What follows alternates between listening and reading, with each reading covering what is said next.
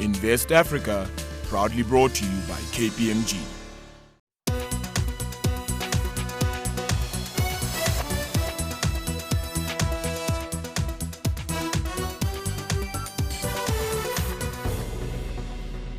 Today we're looking at one of the fastest growing sectors on the African continent. Hello and welcome, I'm Nozi Pombanjwa. Now, mobile connectivity has played one of the foremost roles in creating an economically driven, globally competitive and socially uplifted Africa. Joining us today to discuss the opportunities and the challenges in the telecom space is Richard Hurst, is a senior analyst at Ovum, and Willem Marais, CEO of Liquid Telecom South Africa. Gentlemen, thank you for making the time to join us.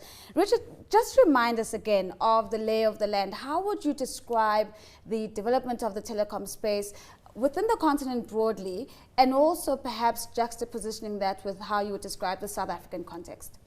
I'd say we're at clearly different stages of development, the South African versus the other African operations. But we've certainly moved from that period of, dare I call it, the pioneering days of mobile, and you can see that there's a degree of maturity creeping into our African markets. Revenue growth is slowing, subscriber growth is slowing, that type of thing. But that does not mean that there's no opportunity out there in the telecom space. Willem, if we take a look at Liquid Telecom, the footprint is quite extensive and you have a presence in different geographies on the African continent. Using the broad brushstroke that Richard has given us, which markets do you think are still the front leaders when it comes to telecoms uptake, and where do you think the markets of the future are likely to be? Thanks, Nazi. So Liquid Telecom is a fixed line operator by all means. We focus on wholesale, enterprise and retail, and very specifically targeting markets that historically have been underserved. So today we're active in 12 different African countries, very present in Southern, Central and East Africa. There's a continuous requirement for building out core terrestrial fiber network assets to connect both the submarine cable infrastructure as well as the mobile networks in terms of a transmission network backhaul facility. And on the back of that, there's a number of additional business models that could be developed to use that same infrastructure, whether that be for enterprise or retail services. Let's stay on the infrastructure note, and just to continue on that with you, Willem. What are investors looking for before they put down infrastructure in the various markets, and are you getting it when you get there? Yeah, certainly, it's a very capital-intensive build. So what one needs to ensure is that you sign up one or two different anchor tenants that would be seen as key off-takers of those assets that you build.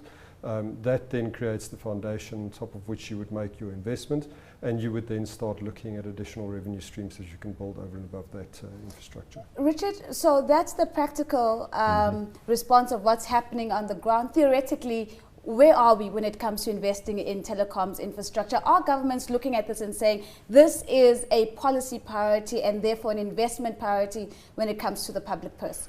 Funny, we were actually just talking about that prior to coming on the show, and the sense that we're getting, both Willem and myself, is that governments understand the need for increased investment in telecoms infrastructure, but they'd rather pull back and allow the private sector to play a role. And we've seen that in Nigeria, Ghana, etc. There are still government initiatives out there, but they seem to be a very secondary role. I don't know, perhaps Willem would give me a better view. Yeah, certainly, Richard, I'll add to that. I think the challenge that government sits with is the ability to then commercialize those assets. Right. They certainly have the means to invest, roll out the infrastructure. It's important for a government as a mandate to provide broadband services to its citizen, but it's the ongoing commercialization of those assets. And government is now starting to look at special purpose business vehicles with private sector to build these types of infrastructure. Could regulation unlock some of these opportunities? Should we be reviewing the regulatory framework that governs the telecom space? Well, each African state have their own different regulatory environment, but I would say that there is this move to where they're going to give consideration to things such as the passive network infrastructure sharing, that type of thing. But just the how and why and the practical implications thereof, I think that's eluding our regulators right now. It's eluding the regulators, but I'm sure it's a big issue on the table, Richard, when it comes to on-the-ground experience. What's your view of the regulatory landscape that governs the businesses that you run and the businesses that you'd like to build in the future? As Richard says, it really differs country by country. One of the big challenges, of course, is cross-border business. Yeah. So you could, get a regulator to support in terms of licensing conditions to build that physical infrastructure in a specific country. But it's when you get to the cross-border business and how that is then regulated, which sometimes is of a challenge. We're always talking about African integration, though, so I'm perplexed that we're still having the same conversation about cross-border opportunities. Are we still stuck in just these really nice policy papers and really nice declarations, and we're just not unable to cross borders when it comes to something like this? The cross-border thing, I think that it's slow because it's the two governments need to come to an agreement, and as we know, it's weighed down with bureaucratic red tape, that type of thing. So it's not as agile and smooth as the more the private investments. But the thing is that you still have to have the government sign off to do these cross-border transmissions. Maybe, Willem, let's move from the governments, give them a bit of a breathing space, and let's take a quick look at the consumer. I mean, if we take a look at the demographics of the African continent, every report on the telecom space will tell you that investors are looking to capture this rising middle class that we have on the continent. But Richard said right at the beginning that there's a maturation in the market, and subscriber numbers aren't going to make sure that you have revenues of the future. So how are you seeing the African middle class, and where do you think this is likely to take the telecom space? So very quick high-level statistics. African continent, over 1.1 billion people. The maturing middle class growing for the next decade over 100 million people. It has by about 130 million over the last decade. Richard's comments and reference was primarily to mobile services, and we're seeing a steady decline in revenues generated from voice. However, the data side is booming. So broadband services and the enablement of physical connectivity, be that enterprise, retail or consumer, and a host of services that could be delivered. By example, in Harare today we provide a $50 a month triple play service that allows the consumer access to internet, data services, voice services, and video on demand as an example. And so that's diversification right there. So is that the new trend, that if you're going to survive, you've got to actually diversify in terms of the products? Move up the value chain, push more sophisticated and advanced services into the product set, and I think that's where the African market will move. We're moving beyond the mere voice and messaging and into some sophisticated, funky services. But does data make financial sense, especially if we're saying there's a data tsunami that's going to be overtaking the continent? Does data make more financial sense if this is where the boom is coming from? Well, it's the foundation in terms of the internet protocol for all transactions moving forward, whether that be mobile money, as we've seen with M-Pesa, be that for a video on demand or a service of demand. All of your cloud services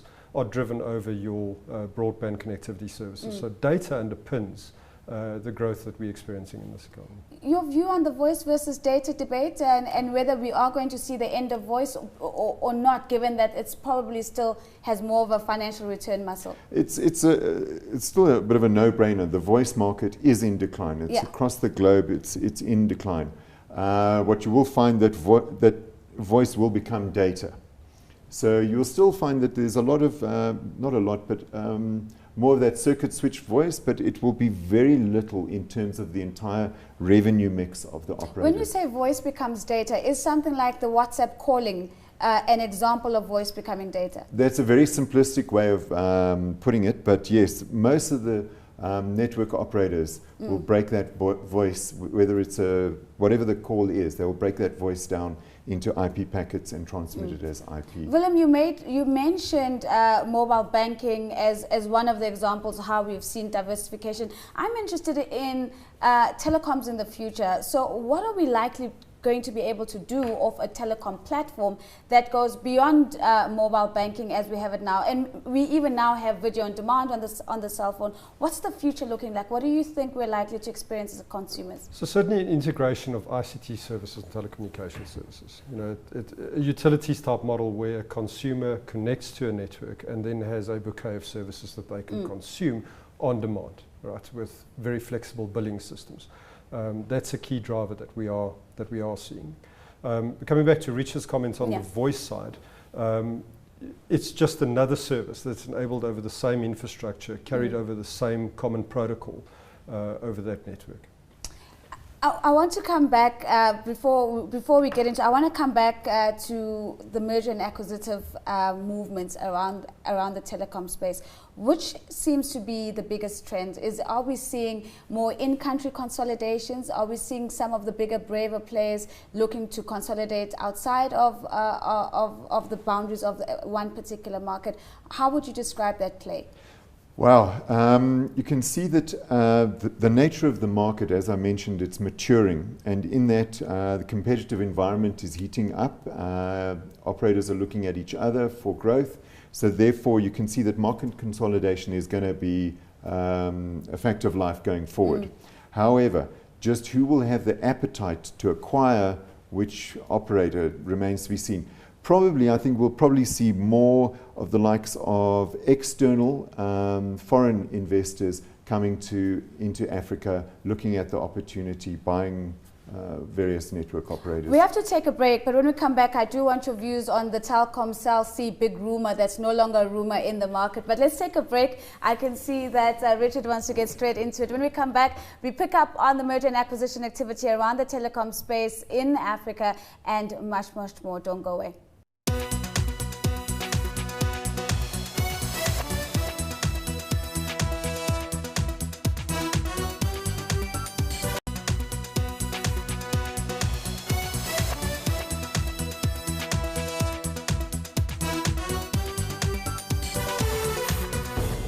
Welcome back to Invest Africa, and still with me in studio, Richard Hurst, Senior Analyst at Ovum, and Willem Marais, Chief Executive Officer of Liquid Telecom South Africa. Welcome back, gentlemen. Before we went to break, I put the rumor that's no longer a rumor on the table. What's your sense? Does it make sense for Telkom? I think looking at it from an operator such as Telecom, I think they definitely need a mobile play, no matter what. If we look at this market, mobile is the access, so they have to have that. For them to acquire Cell C, it will give them an immediate footprint in terms of network as well as subscribers. So I think it makes some sense for Telkom to actually go down that route. Failing that, you could see that other potential foreign investors are looking around and looking at Cell C. Although they've said publicly they're not, you can be sure that probably they are. So I'm going to spare you the unfortunate position of having to comment on this rumor, but let's talk about the entry barriers into this space, Willem, because I think I'm aware of a new, much smaller player. I think they call themselves Me You or You Me, that entered into the market earlier this year, and I haven't really seen much of it since their launch. How would you describe the environment when it comes to entry barriers into the industry? I think certainly in terms of rollout of physical fibre infrastructure, it is a very costly exercise. Obviously, not just the physical trenching and the deployment of the asset, but the planning that goes hand in hand with that.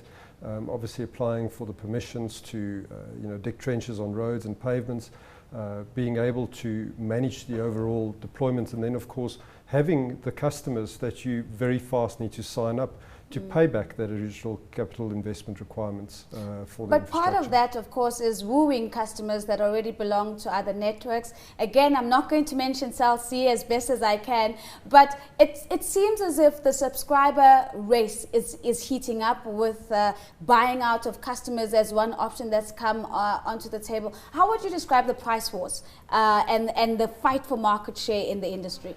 Yeah, so it really again depends on the type of services that you are taking to market. Some providers are very fortunate that they had first mover advantage. I mean, reference DFA, they've made a significant investment in terms of building out metro and precinct fiber, but they realized that they couldn't do it themselves all, so they needed to go and acquire a company like Conduct. I think what you will find is that in the coming 18-24 months there will be further consolidation in the telecoms market, not just in South Africa but certainly in our neighbouring countries, East Africa, because you can only have so many providers that target the same customer base in a profitable manner. Back to the hot issues, but let's get your comment in. I see you want to comment, and then I want to talk Vodacom and Neotel in a second. Willem's dead right. I think services, that's going to be the key, because in the end it's not going to be the technology, the end user, the end enterprise. They're not really too concerned with the technology. They want to understand the service bundle that they get. So it's going to be, the battle is going to be around the service. Is the Vodacom Neotel relationship going to be a game changer for them, and is it really going to give them more differentiation in the market? Well, I think the key to the whole Neotel-Vodacom merger acquisition is that Vodacom get those Neotel assets and allow them to play in the enterprise corporate SA space. So that's what it's really all about, using their fiber assets, using their enterprise customers. So it's a changer, but only really in the enterprise space. And on the back of that, we've seen Telecom acquire BCX, so there's a massive consolidation as well as a move up the value chain for that network operator at the same time. I want us to stay with the consumers for a second, perhaps talk a little bit about Nigeria, where we saw the drop in the oil price having a direct impact on the kind of revenues that a player like MTN was able to pull out of that market. So is the African consumer or the future African consumer really going to be able to drive the revenues that we're looking for? I think we've set the bar in terms of expectations from the consumer. So let's say hypothetically they're used to spending $5 a month on their mobile services. I think the various macroeconomic effects on them will not alter that. It's one of those defensive services. So there will be a lot of defense from the telco sector, if that makes sense. And if I could add to that, I think human behavior has shown that access to information is as critical as clean water, electricity, and other life support systems. So we find that in the markets that we address, that consumers continue spending regardless of what's happening at the global economic level. Well, that actually brings me to another point, and this is around the role that Telecom has played in driving financial inclusion. How far beyond the urban center have we been able to penetrate using telecoms? And in particular, if we're talking about access to information, which makes the assumption that we're also talking about data-driven services and that kind of thing. Has there been a move forward and a shifting of the dial when it comes to financial inclusion? Yeah, absolutely. So, the historic means of banking, i.e. going to a branch or to an ATM to be able to draw cash, deposit, transact, isn't possible in most of the markets that we serve in Africa. Hence why M-Pesa was formed. So it's using your mobile network, which at the last mile is not a physical connection, it uses your radio signal, to be able to transact, right? You can send money from point A to point B, and that even could be cross-border, coming back to the issues around cross-border connectivity and why regulation is so important, because it's not just the flow of voice or data packets, it now becomes the flow of, financial transaction. So certainly telecoms has leapfrogged the way transactions happen on the African continent from a financial perspective. Insights on M-Pesa in particular, because there's always this ongoing debate that it is successful because of the lack of regulation that allowed it to flourish, and in a market like South Africa it's not likely to see the same success. What are your views on that? Probably it could see the same success in South Africa, but the issue is that we have the financial institutions and the mobile network operators, and they're battling out as to who's going to own that space, whereas they have to partner. Whereas in Kenya they were able to go on their own almost. They've subsequently changed that model slightly, But it's going to be a matter of partnering with the financial institutions. Do you institutions. think that bottleneck is going to be unlocked? Are those voices going to be able to find each other? I think eventually it will come that way.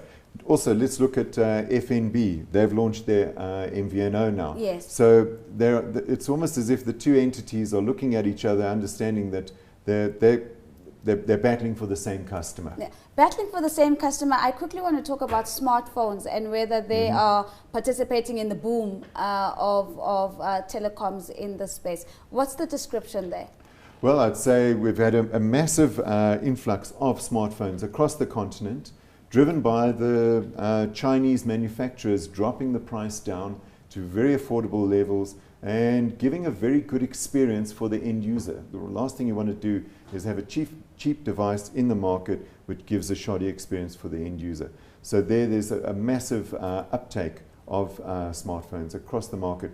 That's also having a knock-on effect on the services, the applications and the contents that's being driven across the network. Willem, your insights around the smartphone boom and whether the kind of device that's required in an African context is actually what we're getting, or we're just getting mass cookie cutter, whatever's working in another market being dumped on the continent? Certainly, smartphones is enabling the consumption of content in a very different way to what we've experienced previously. So think about basic data services, educational, be it Wikipedia, Google searches, or video consumption like a YouTube. Most of your OTT providers, if we look at some of the bigger players, Netflix is a good example, are looking to come into Africa because these devices are enabling the consumer to consume that specific content that is being made available for sale. Referencing what Richard was saying, yes, we have the Chinese devices that are coming in, but they're good quality devices. China has been operating in this continent for a very long time. Most of your core fixed line and mobile operators are utilizing Chinese Are they going to get cheaper though, Willem? Is the competition going to heat up in favor of the consumer over time? Well, we certainly hope so. Yeah. Let's quickly talk about, we've been talking about telcos in the context of business and really a big financial conversation. Let's talk about telcos in the developmental space and whether governments have been able to harness telecommunications to drive development targets. What comes to mind is what Richard just mentioned now, the use of telco platforms for educational purposes and the like. We talk about paperless hospitals and that sort of thing. Are we able to identify best practice examples on the continent where we can say development and telecommunications have come together quite successfully? I think there's a number of successful projects underway, and we can pick any African country, Ghana, Nigeria, Kenya, Uganda, etc., where there have been some really successful and very good projects, both in the M-Health, E-Education, M-Education, all of those things. So yes, there's definitely some good stories out there. Is it the same markets though? Is it always the big players, the Nigerias, the Kenyas and the South Africas? Are there new markets that we should be looking out for? Well, if you look at, again, statistics, 40% of the African population is really centered in Nigeria, East Africa and South Africa. But specifically, if we unpack East Africa, Kenya is the dominant country, but you have 5 member states. And if we look at the tech innovation hubs that is currently being developed in markets like Uganda, Rwanda, quite a significant amount of exports happening in terms of the global ICT market for applications that are being consumed globally. Well, on that note of telecommunications coming together and converging with policy to drive development, it's a big thank you to Richard Hurst, Senior Analyst at Ovum, and Willem Marais, CEO of Liquid Telecom South Africa. Of course, for you at home, if you'd like to participate in this conversation, you can certainly do that. That's just by tweeting us using the hashtag InvestAfrica, and of course, following me at The Real Nosy. For me and the Invest Africa team, it's goodbye for now.